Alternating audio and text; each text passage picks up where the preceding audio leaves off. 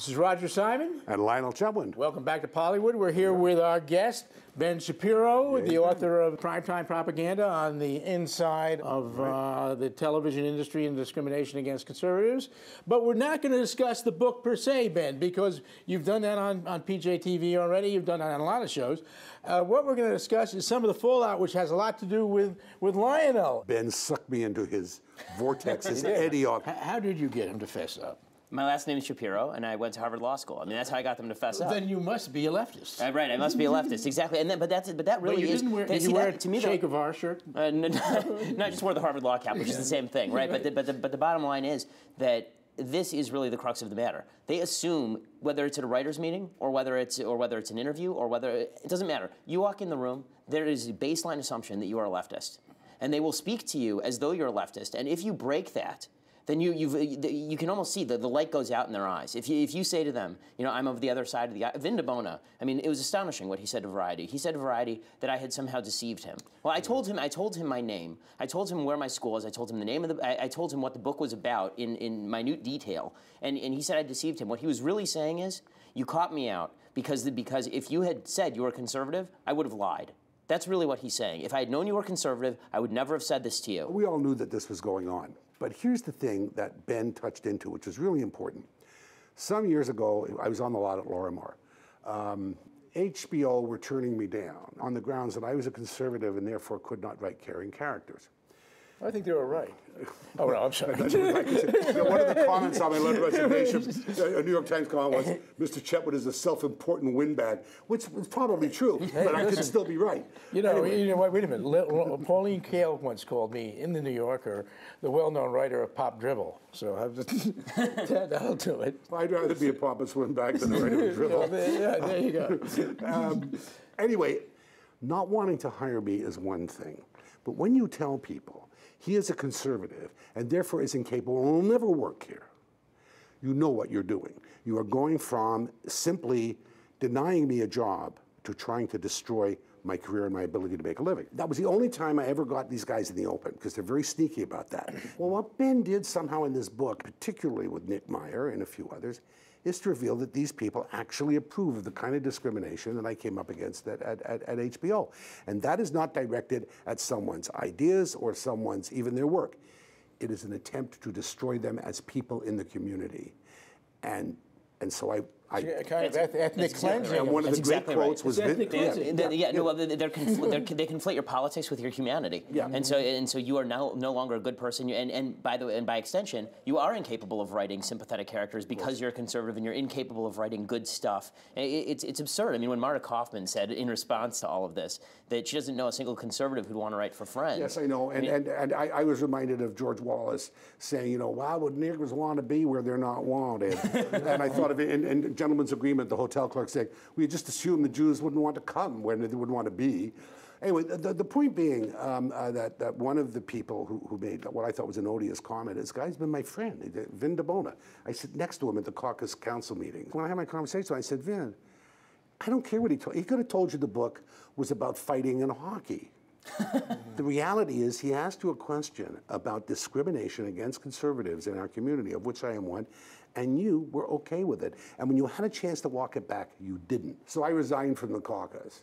Okay, tell everybody what the caucus is, because they're not going to know. The Caucus of Writers, Producers, Directors, founded in 1971, consequent upon the big Writers Guild strike by Norman Lear and all of the great dignitaries. It has a limit of membership. It's a self-appointed, elitist, self-perpetuating group that, frankly, has fallen into some disrepair because it lacks a mission. So I thought, well, this would be a great mission for them, you know? Someone in this town ought to stand up and speak about diversity, not the diversity that they like, the comfortable diversity.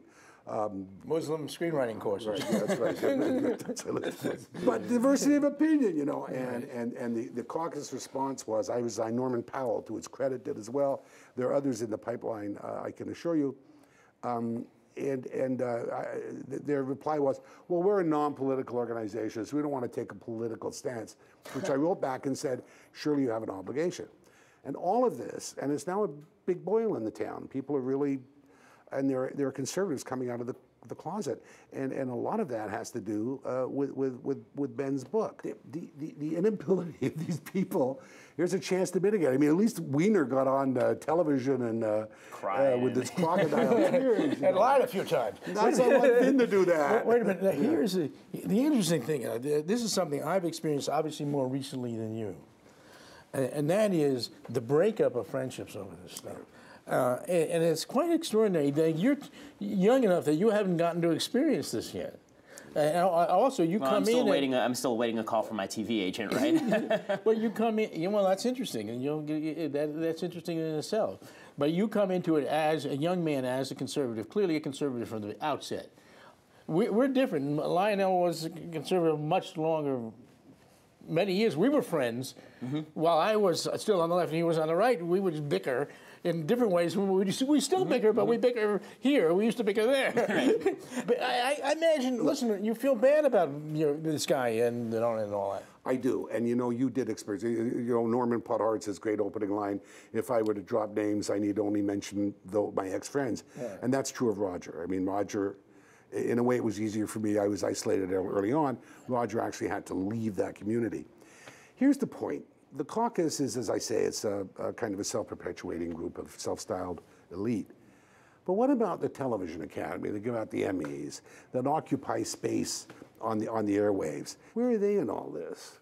I mean, I'm sure Ben could talk better than I can to the attitudes of these people, because I only see the face. I mean, it was astonishing. You guys have been in this industry for a hell of a lot longer than I have. When I first started writing this book, I had no intention of writing for TV or writing for movies or anything. And I met with Leonard Goldberg, and he said, "Why don't you write me a pilot based on Harvard Law School?" And I wrote him a pilot based on Harvard Law School, and we started going into development on that. And I went and I got an agent. So I get this agent, big name agent in town, and everything's going swimmingly. 3 weeks later, he calls me, and he says, "Ben, I'm not sure we can represent you." And I said, "Well, why is that?" He said, "We started getting your stuff out. A producer in town called us and said he'd read your stuff and enjoyed it, and then he Googled you. One of our lower-level agents Googled you. They found your website. I don't think that we can get you any work in this town because of your politics." I mean, it's clear as day. This guy, by the way, his partner is my literary agent, who obviously needs to come clean with me.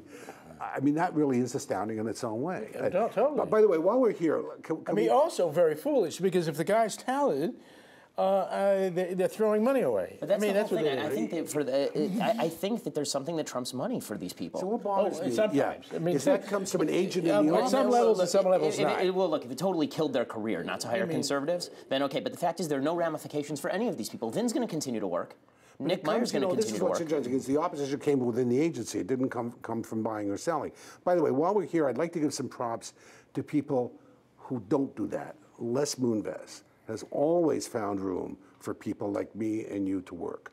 And props to him. Jerry Offsay, Offsay made DC 9/11. He did Color of Justice. I mean, I always could go to him with the most outrageous conservative idea, and he'd give me a shot because he believed in balance. Leonard Goldenson. There are some. On the Better Life thing, the movie I have coming out on the 24th, I've been brought in with the whole group. No one has been hostile to me at all. I get to say that. But I think we have to wrap this up now.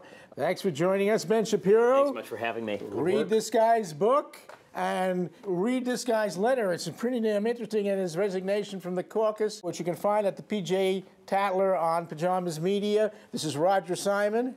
Lionel Chetwin. In Pollywood.